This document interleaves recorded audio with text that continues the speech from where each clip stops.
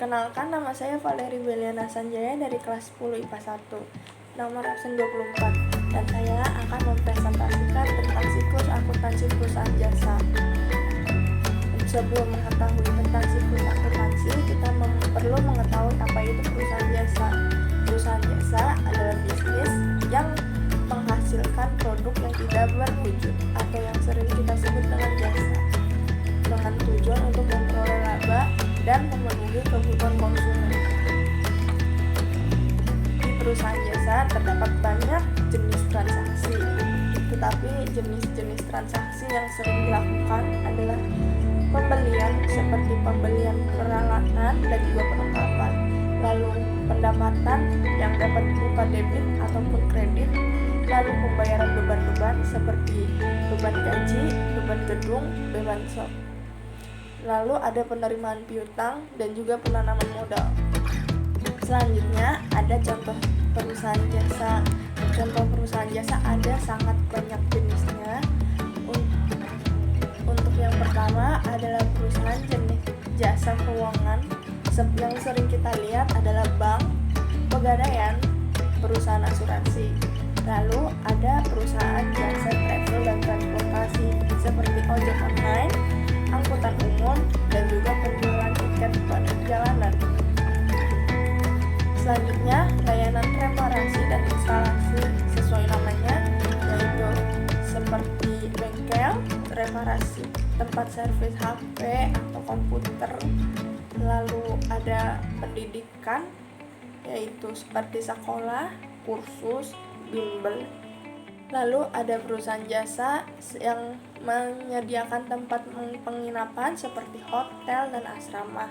Lalu penyedia layanan komunikasi seperti penyedia layanan televisi, penyedia layanan radio, dan juga penyedia layanan telepon atau seperti provider kartu.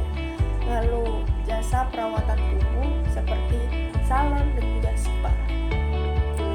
Selanjutnya adalah karakteristik perusahaan jasa. Yang pertama adalah kegiatannya adalah menjual jasa. Sesuai dengan namanya, perusahaan jasa, aktivitas utama yang mereka lakukan adalah menjual dan menawarkan layanan yang mereka hasilkan seperti jasa. Lalu tidak menyediakan produk dalam bentuk fisik. Perusahaan jasa menjual produk tetapi tidak dapat disimpan dan juga tidak dapat dilihat, tapi manfaat dapat dirasakan oleh konsumen. Yang ketiga, bisa membutuhkan atau tidak membutuhkan barang-barang yang berwujud, tergantung dengan bisnis apa yang mereka dirikan. Beberapa dapat membutuhkan barang dan beberapa tidak memerlukan barang yang berwujud. Karakteristik selanjutnya adalah produk dari perusahaan jasa tidak bisa sama persis dengan antar konsumen. Jadi layanan yang diterima oleh para konsumen belum tentu sama, karena orang-orang yang melayani belum tentu sama juga. Jadi konsumen A bisa saja mendapatkan layanan yang berbeda dengan konsumen B. Oleh karena itu, menjadi karakteristik yang kelima, yaitu harga jasa tidak dapat dipatok secara general. Karena layanannya belum tentu sama, maka harga pun belum tentu sama. Jika layanan yang ditawarkan lebih banyak, maka harga yang ditawarkan juga lebih tinggi daripada layanan yang biasa. Lalu yang terakhir adalah tidak ada harga produksi dan penjualan. Karena perusahaan jasa biasanya tidak memerlukan bahan baku produksi yang berada wujudnya, laporan keuangan tidak dapat dilihat dalam biaya produksi. Sekarang kita akan memasuki pengertian siklus akuntansi. Dengan judul video ini, siklus akuntansi adalah proses yang terjadi berulang-ulang untuk melakukan identifikasi, analisis, dan merekam kegiatan akuntansi dalam sebuah perusahaan. Biasa siklus ini dilakukan selama 1 tahun. Dalam 1 tahun itu, semua prinsip, kaidah, metode, hingga teknik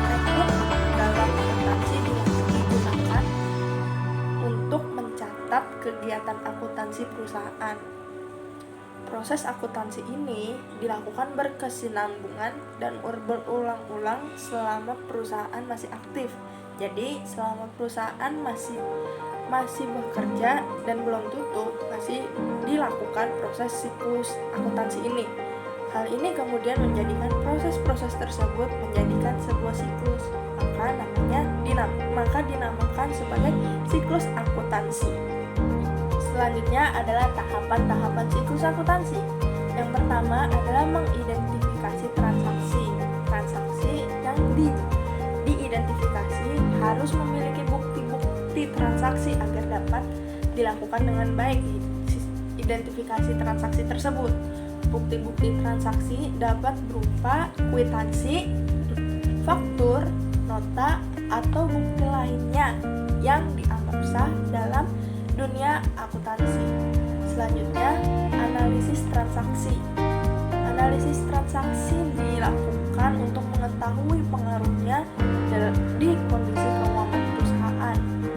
Sistem pencatatan akuntansi dalam perusahaan biasanya selalu menggunakan double entry system, yaitu mencatat ganda yang merupakan konsep transaksi di mana setiap transaksi di dalamnya akan melibatkan minimal 2 akun.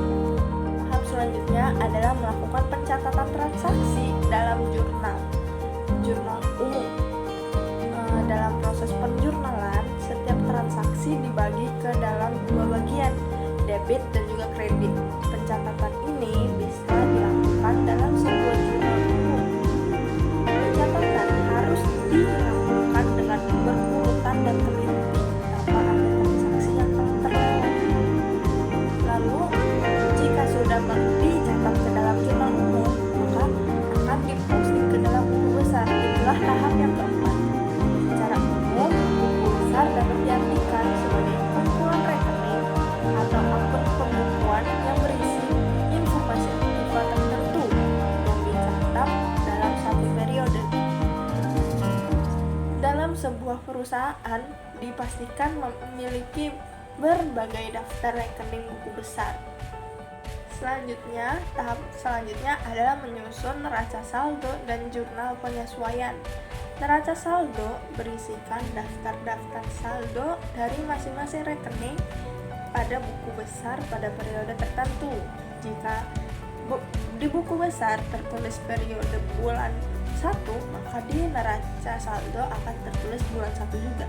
Dalam menuliskan neraca saldo yang terdapat di buku besar disatukan dan harus dalam kondisi sama jumlahnya. Lalu yang tahap ke-6 adalah menyusun neraca saldo penyesuaian dan laporan keuangan. Neraca saldo penyesuaian dibuat dengan berdasarkan buku neraca saldo yang sudah dibuat sebelumnya dengan memerhatikan jurnal penyesuaian. Tahapan selanjutnya tahapan ke-7, yaitu menyusun jurnal penutup. Tujuan melakukan penutupan rekening ini adalah untuk melihat aliran pada sumber selama periode akuntansi tersebut berjalan. Jurnal penutup ini disusun pada akhir periode akuntansi dengan cara menutup rekening nominal atau rekening laba rugi. Lalu tahap yang ke-8 adalah tahap yang opsional, berarti tidak harus dilakukan, yaitu menyusun neraca saldo dan juga jurnal kembali. Neraca saldo pada tahap ini berisikan saldo rekening permanen dari rekening buku besar setelah jurnal penutup. Sementara jurnal pembalik dibuat agar proses pencatatan beberapa transaksi tertentu, terutama yang selalu berulang-ulang, menjadi lebih sederhana.